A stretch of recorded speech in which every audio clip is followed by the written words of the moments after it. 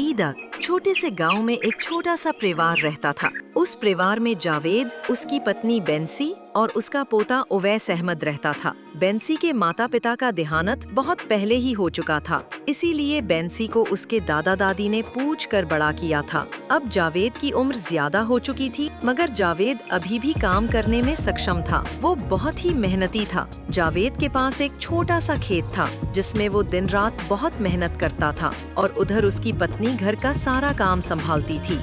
उधर जावेद के पोते बेंसी की कहानी बिल्कुल अलग थी। उसका किसी काम में मन नहीं लगता था। बेंसी हमेशा अल्लाह का नाम जपने में समय बिताता था। वो हर वक्त सिर्फ अल्लाह का नाम जपता रहता था। Yalla Yalla Yalla Yalla. वो अल्लाह की भक्ति में इतना रंग गया था कि और कोई भी काम नहीं करता था। दिन रात बस अल्लाह का नाम जपता रहता था। बेंसी के इस व्यवहार से उसके दादाजी बहुत परेशान रहते थे। एक दिन जब जावेद अपने खेतों पर जा रहे थे, तो उन्हें बगल के गांव का एक गांव वाला मिला। अस्सलामुअलैकुम जावेद काका। वालेकुम सलाम रघु बेटा। अरे जावेद काका, बहुत ही दुबला पतला दिखाई दे रहे हैं। क्या बात है, तबीयत तो ठीक है ना? हाँ रघु बेटा, पिछले कुछ दिनों से मेरी तबीयत ठीक नहीं लग रही, पर क्या करूं? खेत नहीं जाऊंगा, काम नहीं करूंगा तो घर कैसे चलेगा? काका, आपकी तबीयत खराब है तो आप खेतों पर काम करने क्यों जा रहे हैं?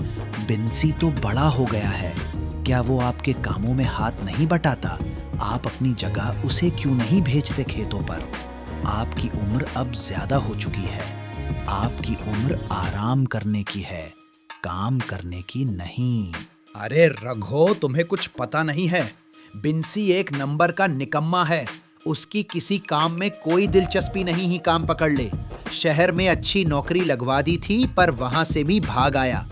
गांव में भी नौकरी दिलवाई, पर छोड़ दी। मैं तो समझा समझा कर थक गया हूँ।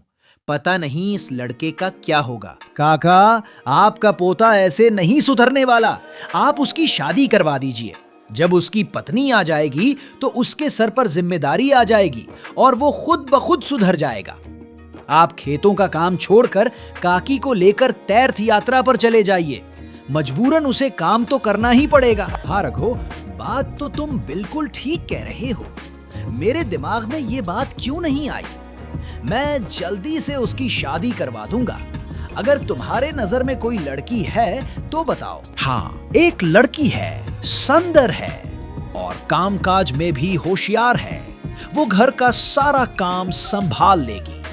वो बेंसी को भी सुधार देगी। जावेद खुश होकर घर आकर शांति अपनी पत्नी से ये बात करता है और दोनों फैसला करते हैं कि बेंसी की शादी करवा दी जाए। शादी के बाद बहू सन्याना घर आ जाती है। कुछ दिन बाद जावेद और शांति बेंसी से कहते हैं, बेंसी बेटा, अब ये घर तुम्हें संभालना है। हम तीर्थ यात्रा पर जा रहे हैं।